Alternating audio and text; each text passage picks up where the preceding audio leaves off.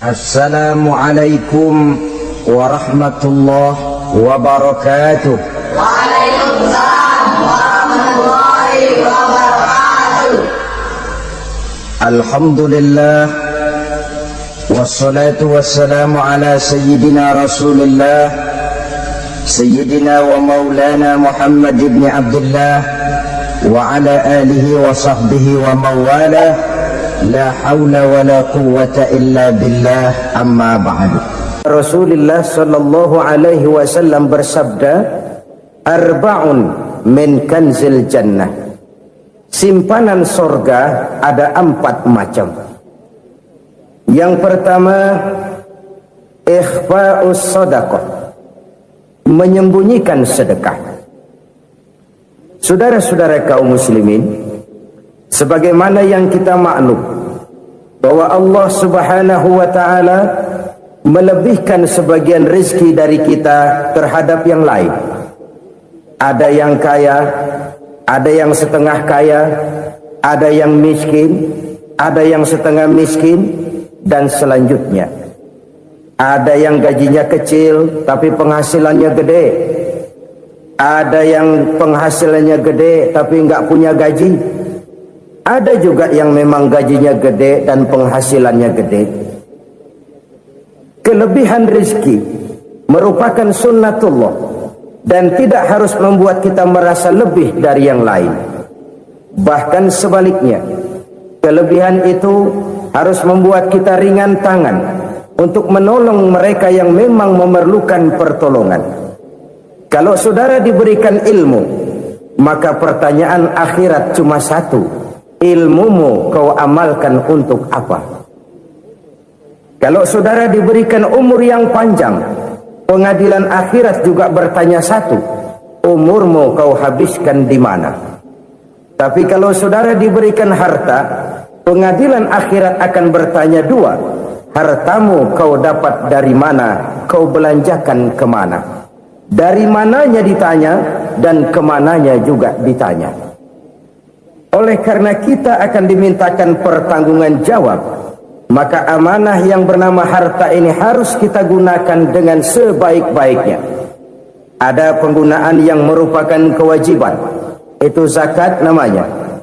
Ada penggunaan yang sewaktu-waktu, itu infak namanya.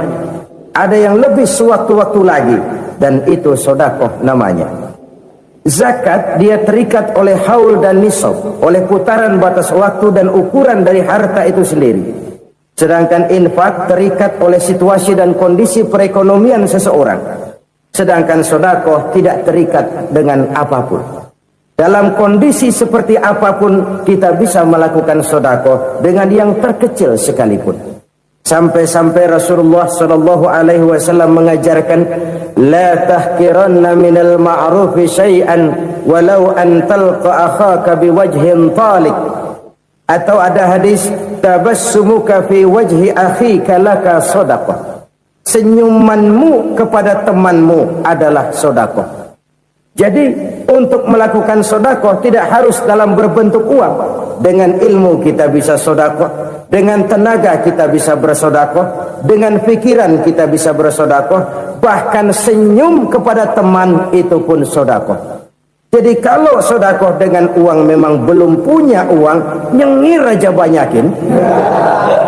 Itu asal pada tempatnya, jangan lalu ketemu tiang listrik cengengesan. Tentu tidak pada tempatnya dan tidak wajar. Nah, sedekah yang paling dicintai Allah adalah sedekah yang disembunyikan. Artinya jauh dari sifat riya. Kan kadang-kadang ada orang sedekah itu disebutkan namanya. Apa tidak bagus? Kalau memang niatnya ikhlas, ya bagus-bagus saja. Untuk memberikan sugesti kepada yang lain. Di Fulan bin Fulan nyumbang sekian, diumumkan. Boleh kalau niatnya untuk memberikan rangsangan kepada yang lain supaya dia menyumbang lebih besar dari orang tadi. Tapi kalau itu mendatangkan riya, maka sedekah yang paling dicintai Allah adalah sedekah yang disembunyikan. Tangan kiri saja tidak tahu apa yang diberikan oleh tangan kanan. Sedekah yang dilakukan dengan ikhlas akan merupakan perbendaharaan surga. tersembunyi dari pandangan orang lain, tidak seorang pun tahu. Karena memang sikap yang baik adalah melupakan kebaikan dan mengingat kesalahan. Itu salah satu ciri orang bahagia. Orang yang selalu mengingat kesalahannya dan berusaha melupakan segala kebaikannya. Kalau dia akan berada kebaikan, dia tidak bisa ikut, dia merasa rugi karena dia merasa belum pernah berbuat baik. Tapi kalau akan melakukan kesalahan baru, dia ingat kesalahan yang sudah-sudah, sehingga terhalang baginya untuk melakukan satu kesalahan baru. Demikianlah saudara-saudara, bahwa Allah melebihkan rizki sebagian kita dari yang lain, agar terjadi tolong-menolong dalam kehidupan ini. Jadi kesenjangan yang nature, kesenjangan yang alami, itu sunnatullah. Ada yang kaya, ada yang miskin, ada yang kelas menengah.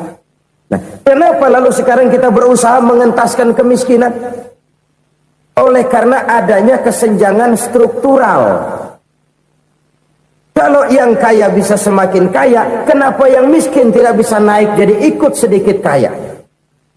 Sebab pada dasarnya Islam adalah agama yang sejak turunnya sudah berupaya memerangi kemiskinan. Bahkan dikatakan kemiskinan itu mendekatkan kepada kekufuran. Orang kalau miskin udah dekat banget sama kafir. Gampang menjadi kafir. Berapa banyak saudara-saudara kita yang oleh karena soal perut, oleh karena soal materi, terpaksa meninggalkan dan menanggalkan akidahnya. Menjual petunjuk yang diberikan Allah dengan kesenangan dunia yang cuma sebentar ini. Na'udzubillah, thumma na'udzubillah. Jadi makin kita sembunyikan serta sedekah, semakin banyak perbendaharaan kita di surga. Sedekah yang paling dicintai Allah adalah sedekah yang disembunyikan. Malahan ada seorang sufi, dia punya kebiasaan kalau pergi sholat Jumat, dia bawa uang, itu uang dia taruh di bawah tikar masjid. Dia niat sedekah kepada siapa saja yang nemuin itu duit. Maksudnya apa? Supaya yang nemuin nggak tahu siapa yang punya duit.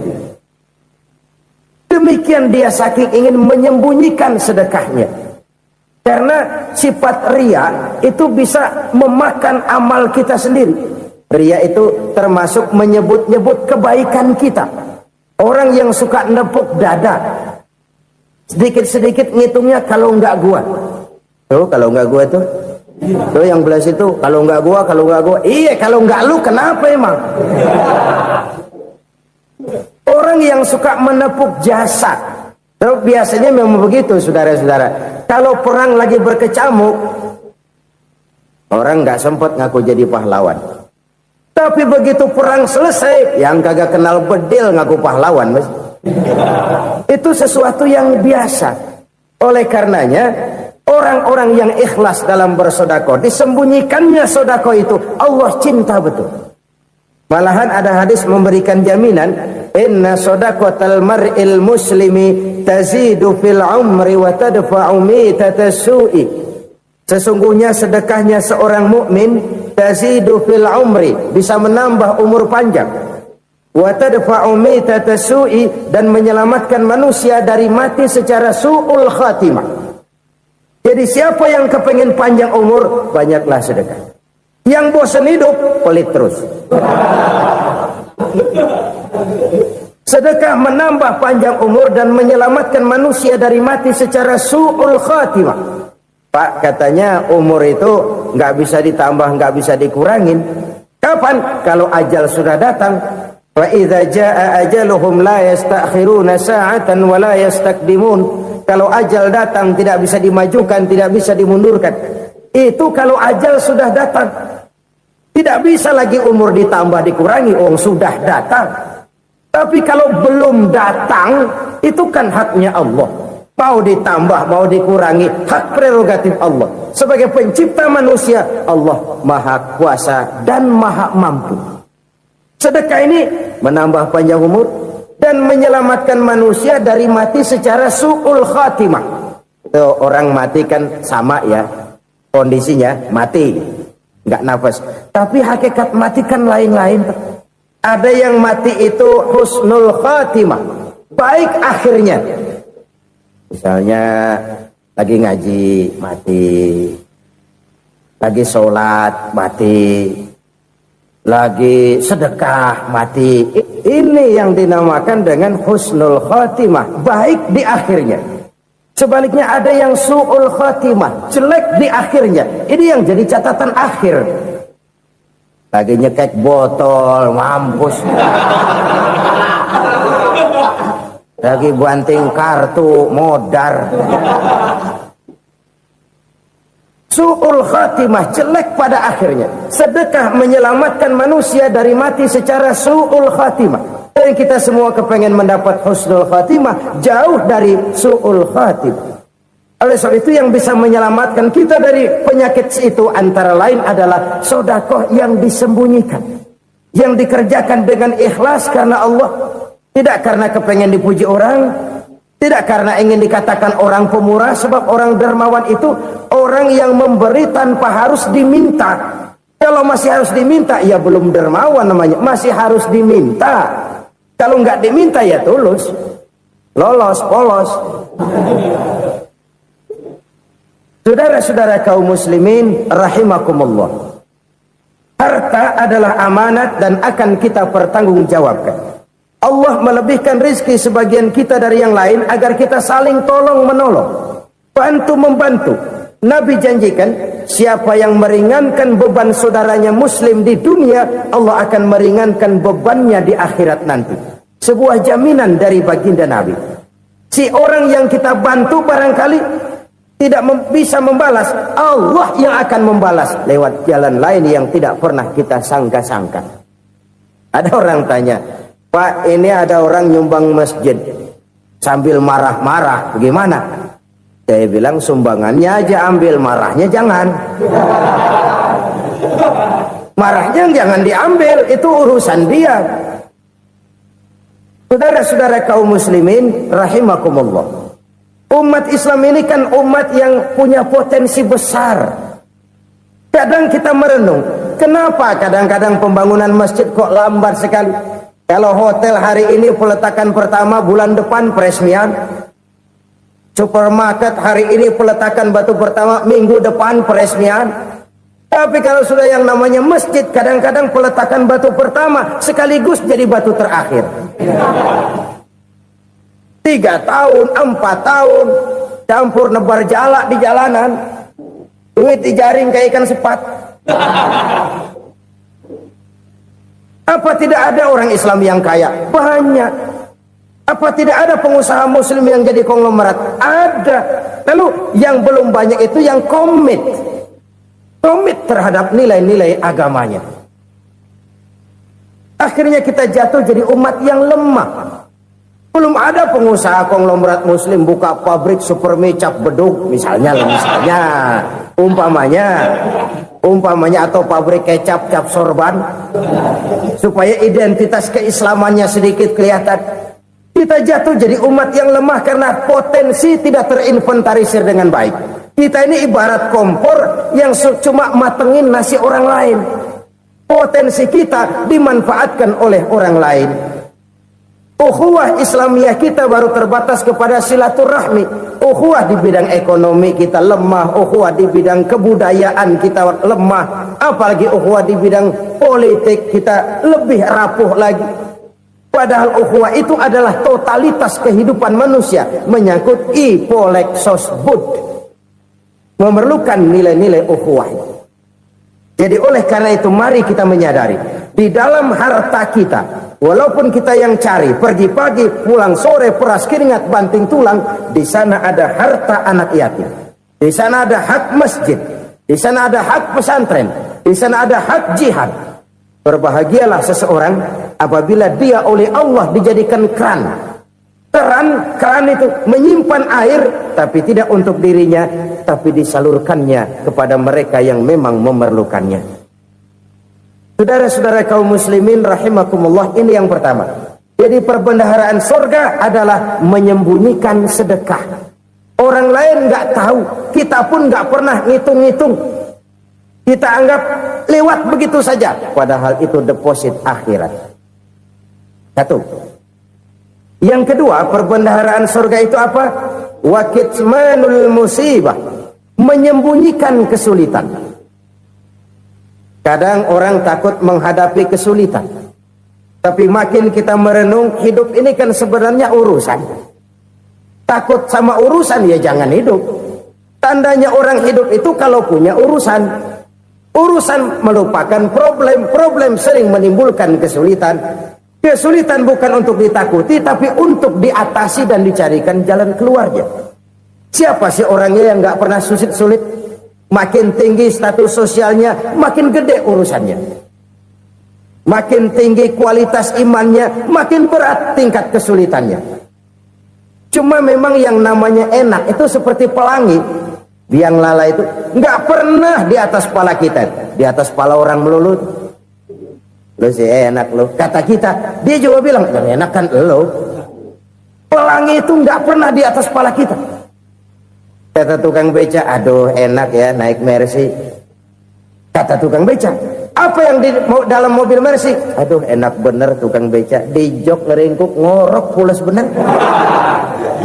Saya kamar pakai AC sejuk, tempat tidur sutra, empuk, alga, spring bed, gula kulik, nggak bisa pulas kalau belum minum Valium, belum tidur. Enak bener tukang beca, di jok ngorok nggak tahu wetan kulon. Si tukang beca bilang yang di Mercy enak, yang di Mercy bilang tukang beca enak. Inilah enak, nggak pernah di atas kepala kita, di atas kepala orang lain melulu enak itu. Nah, saudara-saudara, yang merupakan perbendaharaan surga itu orang yang bisa menyembunyikan kesulitan, baik pribadi ataupun rumah tangga. Nih terutama rumah tangga yang jadi soalnya. Kadang-kadang kita ini kalau senang, sebaliknya kalau senang kita diam, kalem aja, cuek. Banyak banget duit kita bawaan, diam aja udah. Malah ketemu orang takut. Tapi begitu susah, sekampung tahu. Padahal Nabi mengajarkan perbendaharaan surga itu menyembunyikan musibah, menyembunyikan kesulitan. Kalau enak, cerita sama orang-orang. Kalau nggak enak, rasain sendiri, tekan sendiri, atasin sendiri. Kita kan sebaliknya. Senang kita diam, asal lagi susah, paling tidak kita nyari teman buat cerita kesusahan. Siapa orangnya yang nggak pernah susah? Cuma soalnya bagaimana kita mengatasi kesusahan itu sendiri. Begitu juga misalnya kalau orang sudah berumah tangga, itu orang tuanya harus menjadi tempat dia cerita yang enak-enak saja. Yang nggak enak rasain berdua, selesaikan berdua, atasin berdua. Jangan dibalik. Asal senang diam, giliran susah saja. Maknya laporan. Terbalik. Bisa menjaga security informasi. Maka nama bayam keluar diam, malah seluitan. Enak amat lo makan daging ayam. Security informasi. Saudara-saudara kaum muslimin rahimakumullah. Ujian yang terberat itu yang pernah diberikan kepada para nabi, para rasul, para aulia, para ulama. Makin tinggi keimanan, makin berat bentuk kesulitan. Ayo saya kemukakan satu contoh saja. Ada seorang nabi yang kaya, nabi kaya, namanya Nabi Ayub. Iblis kalau orang begini kan keki. Ibadahnya rajin, kaya. Nih yang kayak begini susah digodain. Kalau ibadahnya rajin, miskin, enggali bisa disogok. Sini imannya mantap, ibadahnya rajin, kaya, nabi lagi. Oh, tapi namanya iblis nggak kurang akal. Laporan, Tuhan, kenapa Les? Ya ini bahasa saya, bahasa Qurannya sih nggak gitu. Itu hambamu yang namanya Ayub, dia rajin ibadah cuma karena dikasih kaya aja. Coba kasih miskin dia, berhenti dia sembahyang. Ah, kamu bisa aja. Saya tahu Ayub itu hambaku yang ikhlas. Saya buktiin Tuhan, silahkan. Dibuktiin lah, iblis turun ke alam ini. Yang mula-mula dia lakukan, dia rusak sawah ladang Nabi Ayub. Dia binasakan binatang ternak Nabi Ayub. Sehingga dalam waktu singkat jatuhlah Nabi Ayub dari orang paling kaya jadi orang paling miskin. Beliau masih ibadah di mihrab dalam masjid. Datang iblis. Saudara Ayub, ya. Lagi ngapain? Ibadah. Nyembah Allah, nyembah Allah. Oh, percuma. Kenapa? Tuhan yang ente sembah nih, dia udah bikin miskin ente. Sawah ladang ente hancur lebur, binatang ternak binasa. Sekarang ente jadi orang paling miskin. Ngapain nyembah Tuhan kayak begitu? Tekor. Udah berhenti dah ibadah, berhenti ibadah. Ini iblis sama Tuhan laporannya lain, yang dikerjakan kepada Nabi Ayub juga lain. Benar begitu iblis kata Nabi Ayub? Iya, sawah ladang saya habis buras, binatang ternak saya binasa, binasa. Saya miskin, bangpak. Apa jawab Nabi Ayub? Bukan innalillahi, ya, ini hebat. Alhamdulillahillazi a'tani wa akhadha minni. Segala puji bagi Allah yang telah memberikan harta kepada saya dan sekarang mengambilnya lagi. Alhamdulillah. Allah yang ngasih, Allah yang ambil. Itu mah urusan Allah. Iblis cuman ibadah jalan terus, sujud lagi Nabi Ayub. Iblis seleher gondok banget.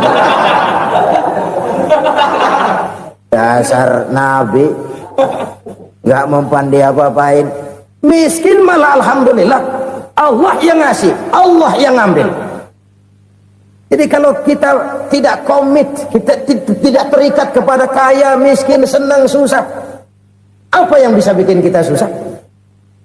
Jadikan kekayaan, kemiskinan, jadikan senang susah sebagai anak buah yang bisa kita atur. Jangan kekayaan ngatur kita, jangan kemiskinan ngatur kita. Kita yang harus mengatur mereka. Senang susah, kaya, miskin, bahagia, sengsara, jadikan itu anak buah yang bisa kita atur. Kalau sekarang kita kaya, lain saat boleh jadi kita miskin, semiskin-miskinnya. Allah yang ngasih, Allah yang ngambil. Tenaga mana yang bisa menghalangi? Ibadah jalan terus. Iblis makin gondok. Dasar Nabi loh. Akhirnya apa? Nabi Ayub dikerjain, diberikan penyakit. Demikian fatal penyakitnya. Bayangin, udah miskin sakit. Masya Allah. Miskin sakit. Sakitnya nggak lama, kira-kira 16 tahun. Istrinya 3, 2 mental minta ceraiin. Ngerawatin laki bengek begini. Senang belum tentu, susah udah pasti nih. Cerai aja, cerai dah. Cerai. Tinggal satu Siti Rahmah yang setia menemani beliau. Sesetia-setianya hati perempuan. Satu saat Siti Rahmah bilang, "Bang, iya, abang kan Nabi bang. Lalu namanya Nabi kan doanya jarang meleset bang. Maksud kamu minta kenapa sih sama Tuhan biar abang sembuh baik dah bang?" Siti Rahmah, iya. Saya sakit berapa tahun sih dah? 16 tahun bang. Sebelum ini saya sehat berapa tahun? Ya kira-kira 60 tahun bang. Nah coba ente banding-bandingin Rahmah. Saya dikasih sehat 60 tahun. Dikasih sakit 16 tahun. Sudah nggak sabar. Mau doa kepada Allah minta sembuh. Saya malu. Malu kepada Allah. Diuji dengan yang luar biasa seperti ini, tidak mengganggu stabilitas kehambaannya. Dia tetap menghamba kepada Allah Subhanahu wa ta'ala. Saudara-saudara kaum muslimin rahimakumullah. Kunci menghadapi kesulitan itu apa? Allah jelaskan dalam satu ayat, wa basyiris sabirin alladzina iza asabathum musibah qalu inna lillahi wa inna ilaihi raji'un. Gembirakan orang-orang yang sabar. Siapa mereka itu?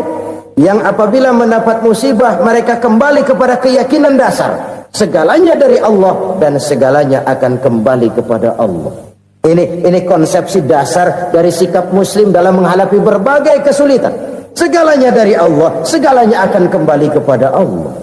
Kalau ini sudah kondisi dasarnya, maka kita akan lapang menghadapi kenyataan bagaimanapun pahitnya. Apakah itu namanya miskin? Apakah itu namanya sakit? Bahkan maut sekalipun. Maut sekalipun. Segalanya dari Allah, segalanya akan kembali kepada Allah. Ini sikap hidup, bukan sekedar ucapan. Kita kadang-kadang menjadikannya sebagai ucapan. Mulutnya sehingga berhenti, innalillahi wa inna ilaihi rajiun, tapi nangisnya terus gerung-gerungan. Bukan itu, ini kesadaran moral. Kalau segalanya dari Allah, segalanya kembali kepada Allah, kan sebenarnya cuma nunggu giliran. Hari ini saya nyembayangin dia, entah hari apa saya disembayangin orang. Hari ini saya antar dia ke kubur, entah hari apa orang nganterin saya ke kubur.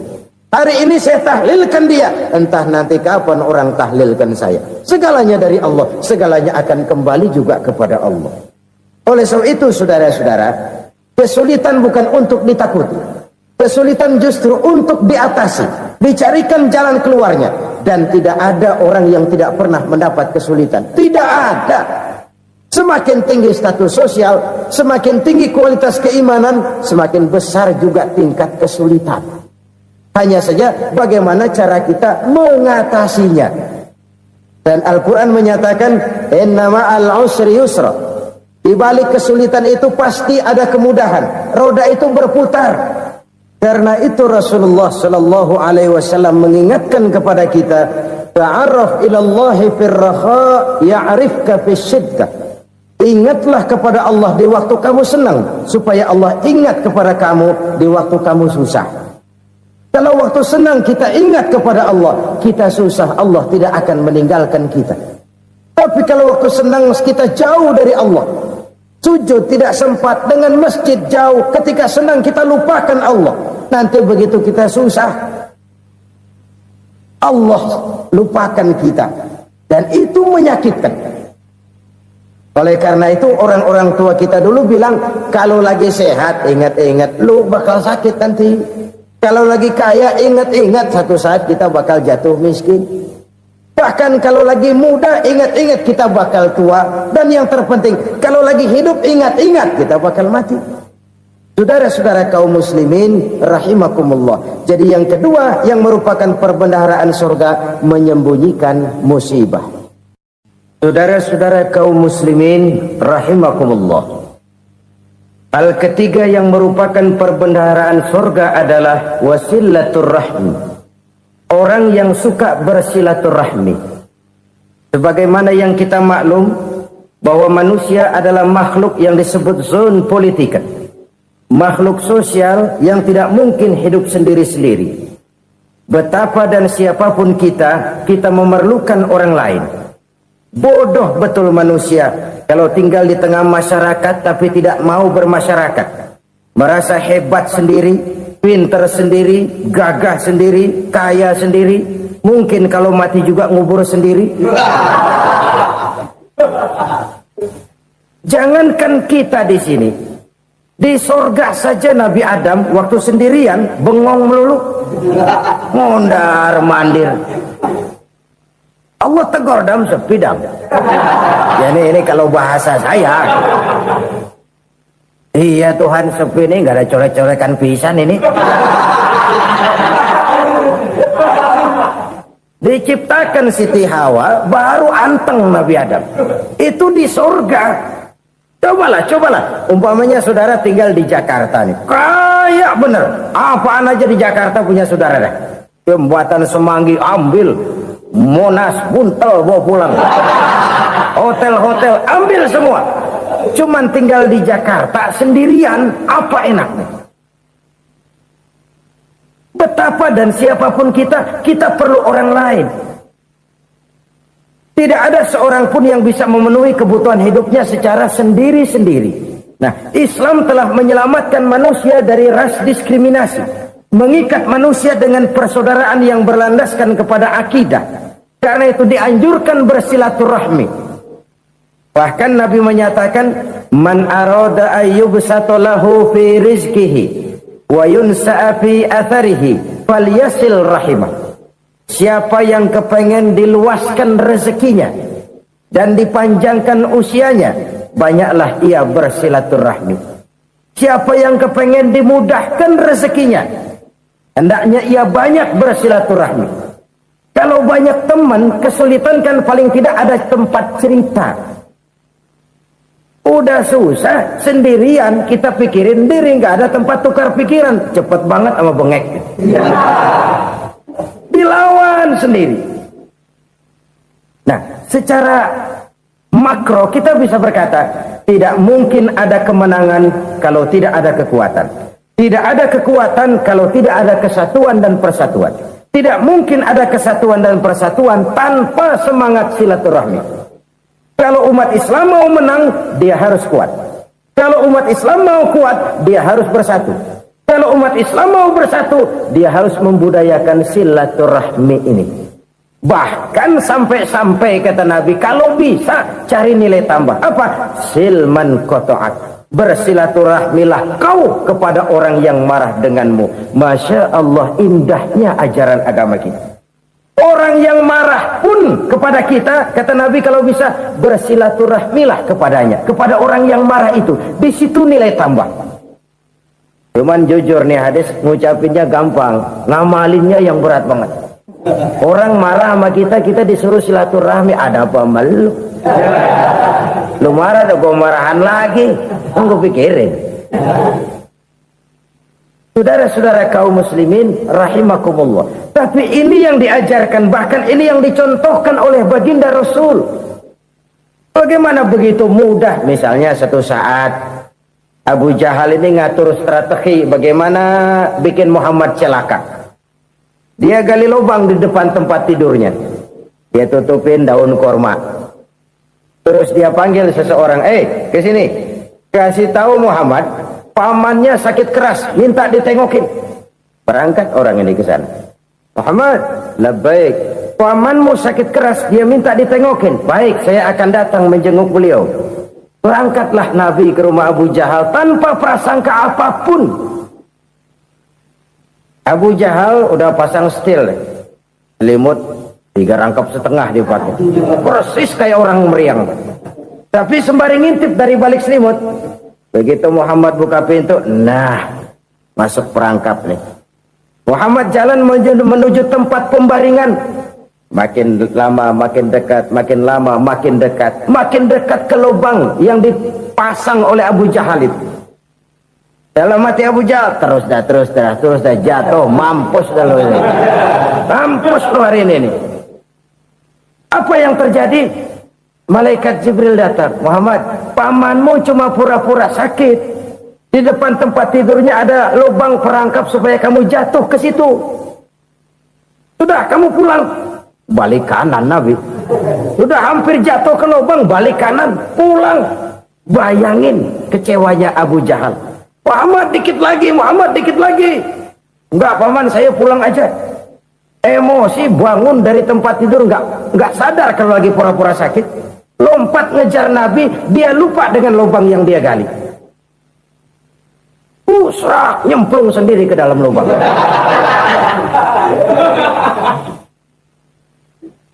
Nabi terus berlalu. Ini terjadi keanehan. Jatuh ke lubang yang dia gali itu sebenarnya nggak terlalu dalam ya, antara 3-4 meteran lah. Tolong saya jatuh ke lubang ini. Datanglah pelayan-pelayannya itu. Angkat saya dari sini. Oh, yang ngulurin tambang. Satu gulung, belum juga nyampe itu tambang.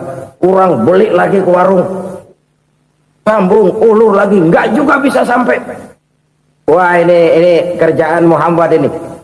Tolong, siapa salah seorang kamu ke rumah Muhammad, kasih tahu encangnya kecebur. Minta ditolongin. Sampaikan kepada Rasul. Kenapa? Pamanmu jatuh ke lubang, Muhammad minta tolong diangkatin. Tambang udah nyambung-nyambung nggak nyampe juga. Ya, nanti saya datang, saya tolong. Coba. Nyata-nyata orang berniat jahat mau mencelakakan dia. Datang dia menolong. Ini yang disebut air tuba dibalas air susu ya ini. Bukan sebaliknya. Air tuba dibalas air susu. Paman, kecebur ya? Iya Muhammad, tolongin nih. Pegang tangan saya. Nabi ulurkan tangannya. Nyampe. Dipegang oleh Abu Jahal. Diangkat ke atas. Sampai atas. Apa kata Abu Jahal? Sihirmu memang hebat Muhammad. Udah ditolongin dikata sihir. Yang enak kita kemplang kan itu orang begitu. Urusan apa? Tapi inilah akhlak. Kalau bisa kamu bersilaturahmilah dengan orang yang marah kepadamu sekalipun. Orang marah kita tetap baik.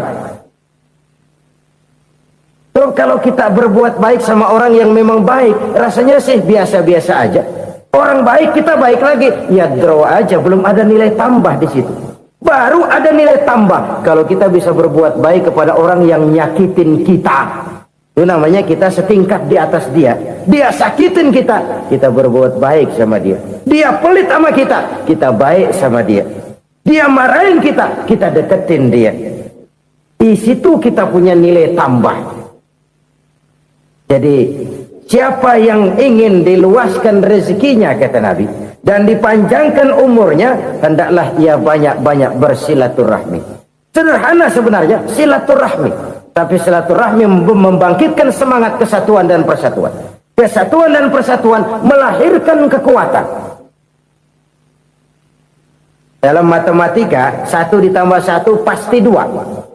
Tapi di tengah masyarakat, 1 orang takut ditambah 1 orang takut, hasilnya jadi 2 orang setengah berani. Kenapa setengah berani? Karena udah berdua. Tadi pan takut sendirian. Kalau dia kumpul turu-turu takutlah jadi berani. Kita yang lemah, kita yang tidak berdaya, kita yang miskin, kalau mau kompak bersatu, apa yang nggak bisa kita kerjain? Apalagi tinggal di kota besar, pilihan cuma 2. Bertahan atau minggir. Bertahan atau minggir. Untuk bisa bertahan harus mampu bersaing. Untuk mampu bersaing harus punya keahlian. Keahlian harus ditunjang dengan pendidikan, ditambah oleh kekompakan sebagai umat. Udah miskin mencar mulu, orang injek kita. Orang nggak pandang urusan apa malu. Oleh karena itu, silaturahmi pada hakikatnya merupakan roh dari ukhuwah yang diajarkan oleh agama kita. Bagaimana Islam menyelamatkan masyarakat manusia dari ras diskriminasi, mengikat manusia, dan tidak ada persaudaraan yang lebih indah selain persaudaraan yang diikat dengan nilai-nilai akidah. Sepanjang orang di jalan Allah, itulah saudara kita. Keluar dia dari jalan Allah, selesailah persaudaraan sampai di situ. Karena itu, kalau ingin menyimpan sesuatu di surga, banyaklah bersilaturahmi. Datang ke rumah ini, datang ke rumah itu, dan lain sebagainya. Itu simpanan kita di akhirat nanti. Ini yang ketiga. Saudara-saudara, yang keempat, perbendaharaan surga itu apa? Wa qawlu la hawla wa la quwwata illa billah. Ucapan la hawla wa la quwwata illa billah. Ibadah kan ada yang berat, modalnya besar. Bangun masjid berat, modalnya besar. Bangun rumah sakit berat, modalnya besar. Ada ibadah yang berat tapi modalnya ringan. Misalnya puasa. Puasa itu berat, mengendalikan nafsu. Kalau sekedar nggak makan nggak minum sih enteng, mengendalikan nafsu. Itu jihad terbesar, tapi kan modalnya ringan, cuma niat saja. Ini ibadah berat, modalnya ringan. Ada ibadah yang ringan, modalnya juga enteng. Seperti termasuk ucapan la haula wa la quwwata illa billah. Tanpa sadar, la haula wa la quwwata illa billah. Nyelengin tuh di surga.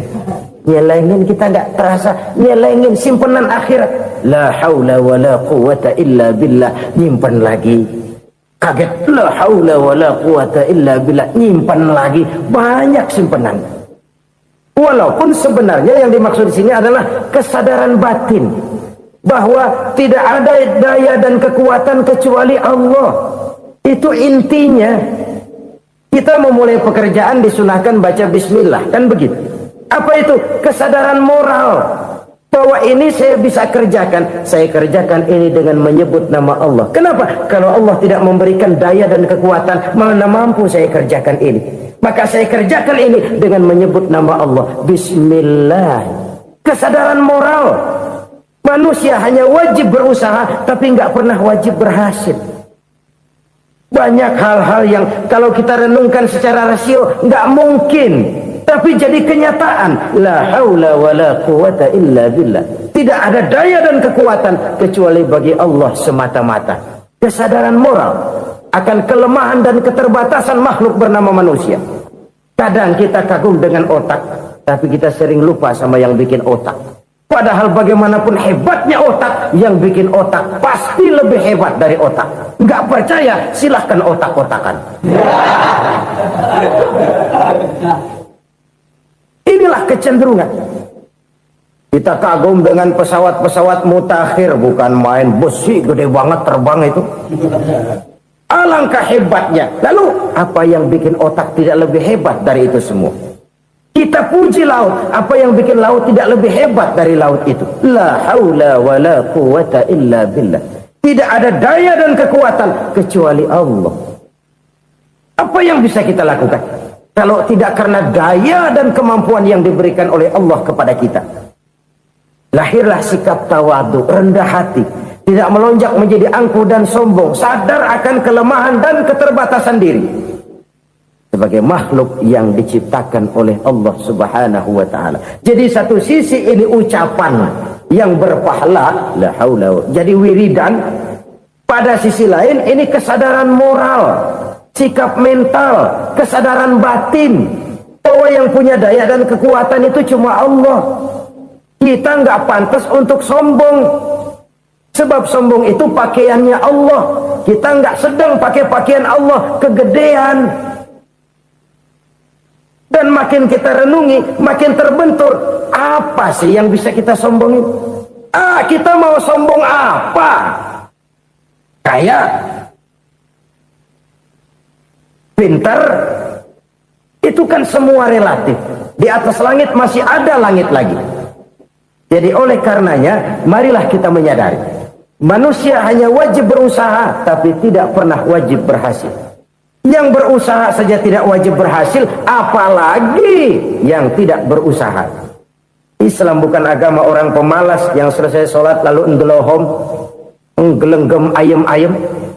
Tapi Islam bukan agama orang sombong yang setelah berusaha lalu tidak memerlukan Allah. Kita bisa saja bikin proyeksi, tahun sekian kita bakal panen besar menurut perhitungan otak. Tapi ada kejadian lain. Apa? Tikus ngambek. Habis itu dimakanin tikus, panen gagal. Proyeksi rasional gagal oleh tikus-tikus yang ngambek itu. Bisa saja terjadi.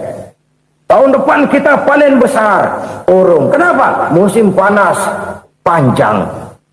Dan sekarang ini koran-koran bikin berita musim mengalami penyelewengan. Bukan cuma manusia yang nyeleweng sekarang. Musim pakai nyeleweng. Mestinya kan musim hujan udah selesai, masih hujan-hujan juga. Musim.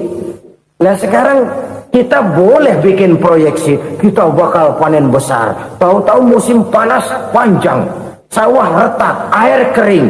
Cari teknokrat yang paling botak, suruh pendekin tuh musim panas. La haula wa la quwata illa billah. Inilah kesadaran moral. Saudara, saya teringat satu saat ada seorang konglomerat. Umurnya ya kira-kira 70-an. Satu saat dia ditanya oleh wartawan, "Pak, umur Bapak berapa sih?" "Ya paling 10 tahun." 10 tahun? 10 tahun? Anak Bapak berapa orang? Satu saja? Satu.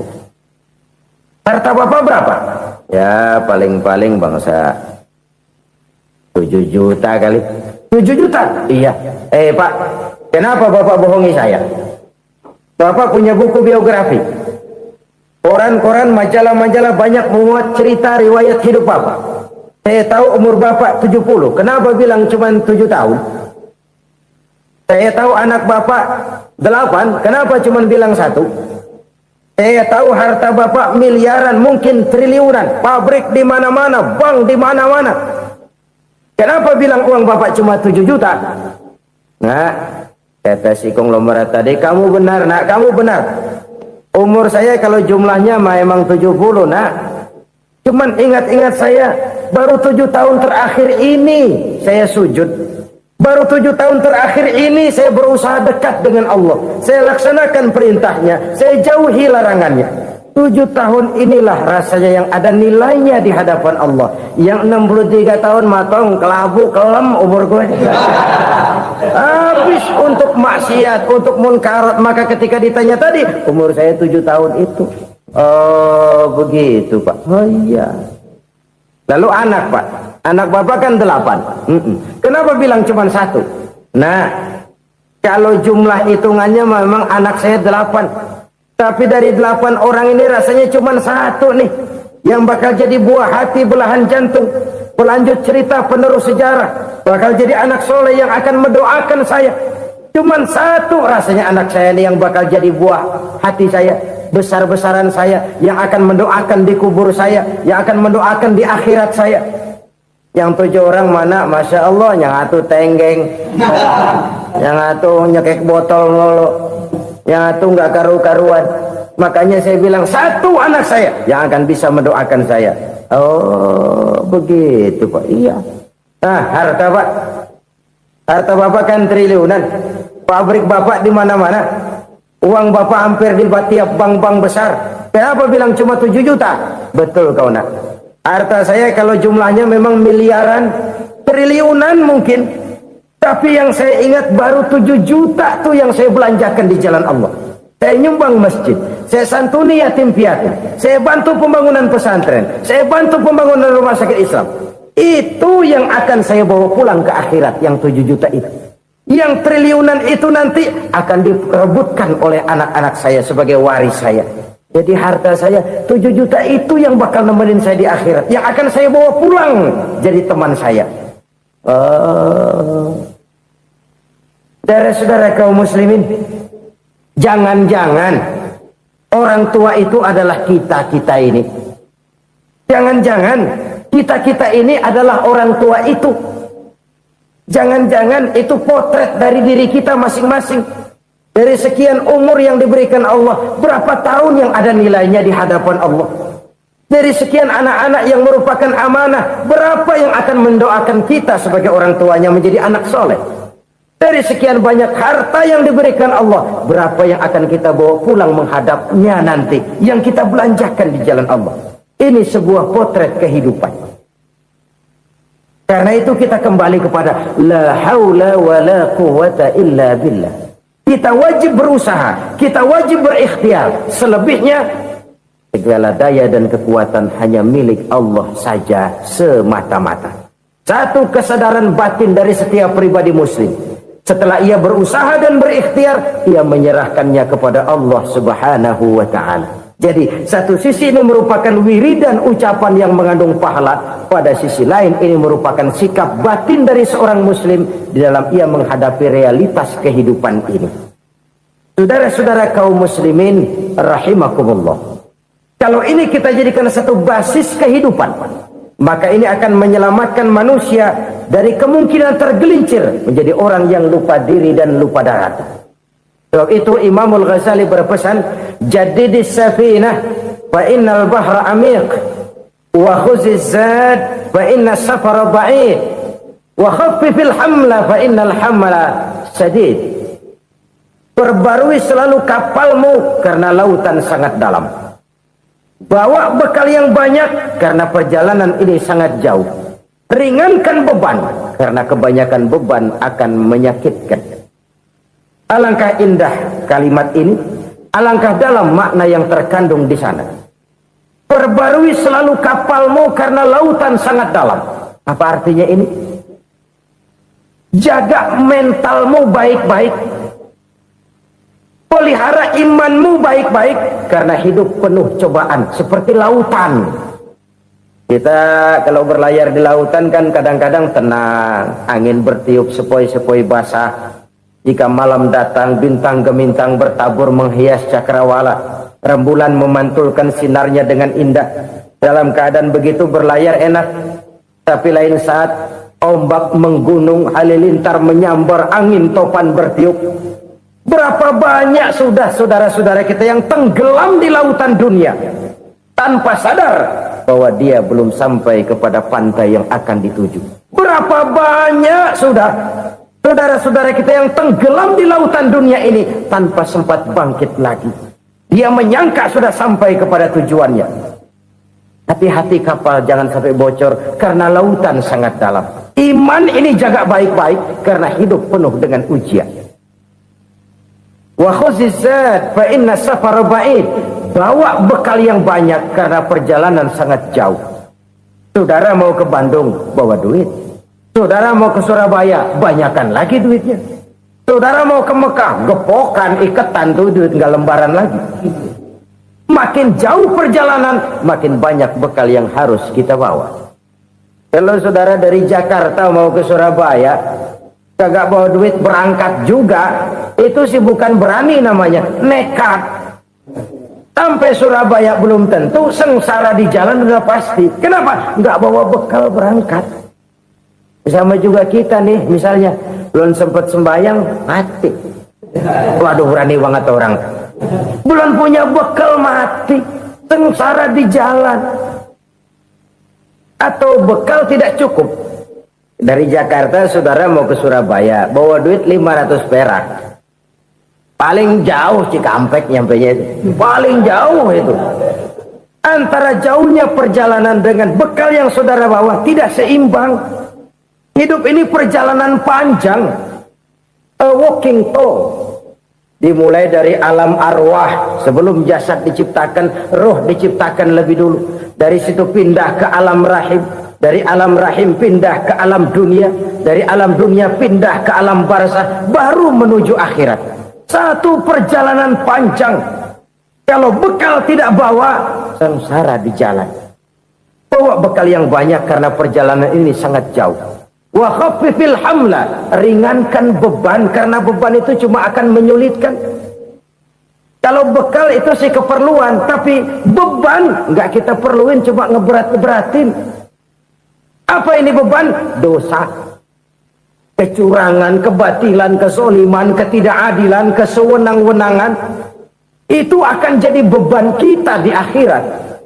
Alangkah celakanya, perjalanan panjang, bekal tidak bawa, beban kelewat banyak, alamat sengsara di jalan. Pahala tidak ada, dosa berlipat ganda. Na'udzubillah, summa na'udzubillah. Kalau kita rangkum nasihat Al-Ghazali dengan kisah si konglomerat tadi, kita akan mengambil kesimpulan. Pertama, bekal terbaik dalam menghadapi gejolak kehidupan ini tidak lain adalah iman. Yang kedua, pahala dan dosa. Dua hal kontroversial. Pahala adalah bekal, dosa adalah beban. Tapi kita sekarang kan tidak begitu terangsang kepada yang abstrak. Orang berlomba mencari yang konkret-konkret saja. Yang real. Kalau memang dosa, benjol dong. Kira-kira begitu. Kira-kira begitu. Persis orang Yahudi dulu. Orang Yahudi itu kan pernah minta kepada Nabi Musa. Ya Musa, lan nu'mina laka hatta narallaha jahrah. Musa, kami nggak bakal mau beriman kepada Allah kalau belum kami lihat Allah ada nongkrong di depan kami. Kalau memang Tuhan ada, taruh dong di depan kami. Mau yang konkret-konkret saja. Kalau memang dosa, benjol dong. Kalau memang pahala, berasa dong. Orang terangsang kepada yang real, yang konkret-konkret saja. Karena itu, untuk mengejar dosa, orang mau bayar. Tapi untuk mengejar pahala, walaupun tidak bayar, orang segan. Ini yang dikatakan oleh Nabi, kamu mengharapkan ke surga, tapi kamu berat melaksanakan sesuatu yang bisa membawa kamu ke surga. Kamu ingin jauh dari neraka, tapi tiap saat kamu lakukan perbuatan-perbuatan yang justru menjerumuskan kamu ke neraka. Idda'aitum an-najata minan nar wa ramaitum fiha anfusakum. Kamu ingin selamat dari neraka, tapi kamu lemparkan diri kamu ke neraka. Kamu ingin masuk surga, tapi berat sekali kamu melakukan perbuatan-perbuatan yang bisa menyampaikan kamu di surga. Saudara-saudara kaum muslimin rahimakumullah. Jadi hal keempat yang merupakan perbendaharaan surga adalah la haula wa la quwwata illa billah. Satu sisi ini merupakan ucapan yang memperberat timbangan akhirat. Pada sisi lain ini merupakan sikap hidup seorang muslim. Kesadaran batin yang sangat dalam bahwa tidak ada daya dan kekuatan kecuali Allah. Dan itu kita simbolkan pada saat memulai pekerjaan dengan Bismillah, dengan menyebut nama Allah. Satu kesadaran moral, saya hanya bisa melakukan ini karena diberikan daya dan kekuatan oleh Allah. Lahirlah sikap tawadu, rendah hati, tidak melonjak menjadi angkuh dan sombong. Saudara-saudara, sampai sini dulu jumpa kita kali ini. Semoga 4 perbendaharaan surga ini dapat kita lakukan, yang kelak akan merupakan bekal kita di kemudian hari nanti. Amin ya rabbal alamin.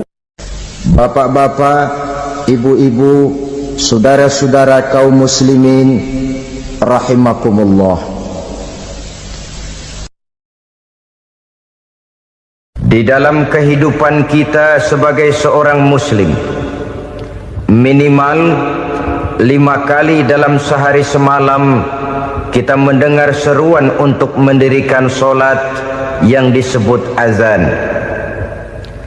Ada kalimat menarik di dalam kalimat azan itu, yakni seruan hayya 'alal falah, marilah menuju kepada keberuntungan, marilah meraih kemenangan.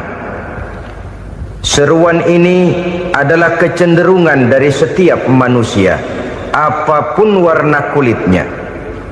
Artinya, setiap orang dalam hidup selalu ingin meraih dan mencari kemenangan. Kemenangan akan melahirkan kepuasan batin, dan kepuasan batin memberikan kebahagiaan.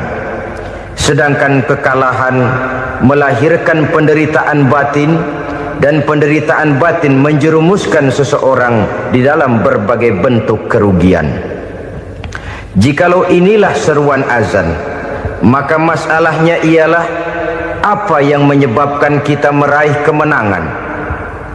Al-Quranul Karim memberikan tuntunan dan ajaran kepada kita bahwa orang-orang yang memperoleh kemenangan itu tidak lain adalah orang-orang yang bertakwa.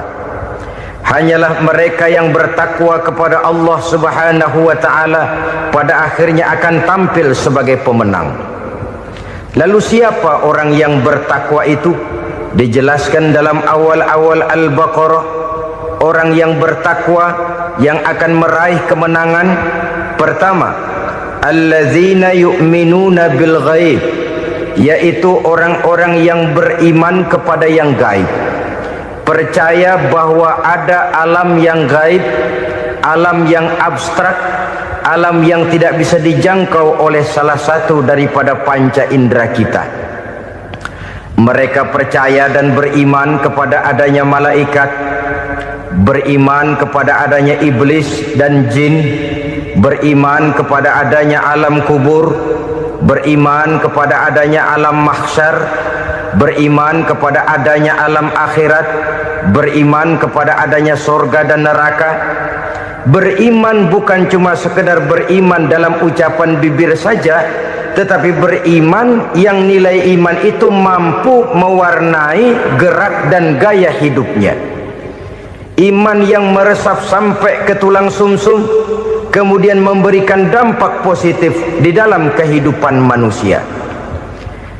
Alam, kita tahu, adalah sesuatu yang selain Allah, dan Allah bukanlah alam. Apapun namanya selain daripada Allah, itu adalah alam. Alam pada hakikatnya terbagi menjadi 2. Ada alam syahadah, alam nyata, alam konkret, alam yang bisa dijangkau oleh salah satu indera kita. Kemudian ada alam ghaib, alam yang tidak bisa dijangkau oleh panca indera kita, alam metafisika, alam abstrak, alam yang wajib kita imani keberadaannya. Kita percaya bahwa malaikat itu ada, kita percaya kepada jin, bahwa jin itu ada, kita percaya kepada adanya iblis dan setan. Bukan percaya kepada iblis dan setannya, percaya bahwa iblis dan setan itu ada. Itu termasuk salah satu daripada sifat orang yang bertakwa kepada Allah. Saudara-saudara kaum muslimin rahimakumullah, kecenderungan pembangunan yang lebih bersifat materialistis biasanya menggeser aspek kehidupan rohani. Orang berpikir empiri, dan dalam pola pikir yang demikian maka alam gaib tidak lagi mendapat perhatian. Aspek kehidupan yang bersifat rohaniah malah mulai ditinggalkan. Akibatnya terjadilah kepincangan di dalam kehidupan kita. Pernah ada satu pengalaman pribadi dalam perjalanan kembali ke tanah air. Dalam pesawat di sebelah kanan saya duduklah seorang Jerman namanya Heiner Simonsen. Iseng saya ajak kenalan, saya ajak ngobrol, saya tanya dia. Saya bilang, Mas Heiner ini, kalau pesawat yang kita tumpangi ini jatuh ke bawah, kira-kira apa yang bakal terjadi, Mas? Dia bilang, kita semua akan mati. Begitu? Ya. Oke. Apa itu mati? Tanya saya. Dia bilang, untuk tahu apa itu mati, kita harus tahu lebih dahulu apa itu hidup. Saya pikir nih bule bisa ngomong juga. Baiklah kata saya. Apa hidup menurut Anda itu? Oh, hidup itu dia bilang, kalau seluruh anggota badan kita bekerja secara normal, paru-paru memompa darah secara normal, jantung berdetak secara normal, sel-sel tubuh bekerja secara fit, dan organisme tubuh hanya mau bekerja secara normal, dia bilang, kalau kita memberi makan yang cukup, menu yang teratur, dan gizi yang lengkap. Saya bilang, kesimpulannya apa, Ner? Dia jawab, hidup adalah dari tangan ke mulut. Life is from the hand to the mouth, kata dia. Hidup adalah dari tangan ke mulut.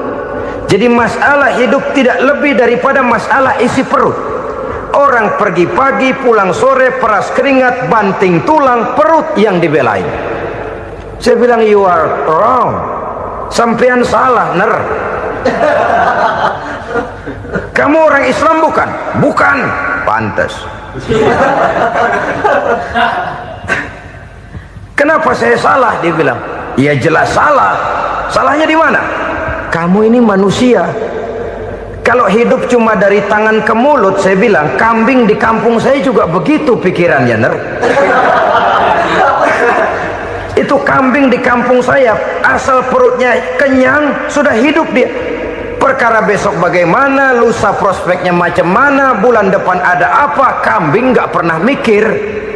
Di kampung saya kambing juga pikirannya begitu. Kamu Kristen ya? Tadinya. Loh kok tadinya, lalu apa sekarang kamu ini? Dia bilang, sekarang saya netral. Saya tidak beragama, tapi saya percaya kepada Tuhan sebagai pencipta alam. Saya ingat benar dia bilang, I haven't any religious, but I believe to God as the creator of the world. Kenapa bisa netral begitu, Ner? Habis saya bingung katanya. Islam bilang Islam baik, Kristen bilang Kristen baik, Hindu Buddha bilang Hindu Buddha baik, semua agama baik. Saya netral sekalian, nggak beragama. Yang penting saya percaya kepada Tuhan. Saya bilang, Ner, kamu ini kayak orang mau beli celana, lalu bingung. Yang satu bilang Levi's bagus, yang satu bilang Blue Jean hebat, yang satu bilang Wool England hebat. Celana ini hebat, celana itu bagus, celana ini hebat, semua celana bagus, kamu bingung. Akhirnya netral, tidak pakai celana. Itu juga salah. Saya pikir-pikir, kemudian saya melihat bahwa dua pola berpikir Heiner ini nampaknya sudah mulai menggejala di lingkungan masyarakat bangsa kita. Disadari atau tidak, secara jujur kita harus berkata, dua pola pemikiran Heiner ini mulai berkembang di tengah masyarakat bangsa kita. Pertama, pola pikir materialisme. Hidup adalah dari tangan ke mulut. Masalah hidup tidak lebih masalah isi perut. Itu yang perlu dibela, dan disitulah arti kehidupan. pergi pagi pulang sore, peras keringat banting tulang untuk mempertahankan perut. Kalau sudah kemari cara orang berpikir, maka buat apa percaya kepada yang gaib? Untuk apa sholat? Untuk apa puasa? Untuk apa zakat? Untuk apa menghadiri majelis taklim? Tanpa kepercayaan kepada yang gaib, hidup berjalan menurut alur empiris dan materialis. Kalau sudah ke sana cara orang berpikir, biasanya orang lalu cenderung menghalalkan segala cara. Hanyalah orang yang percaya bahwa akhirat ada,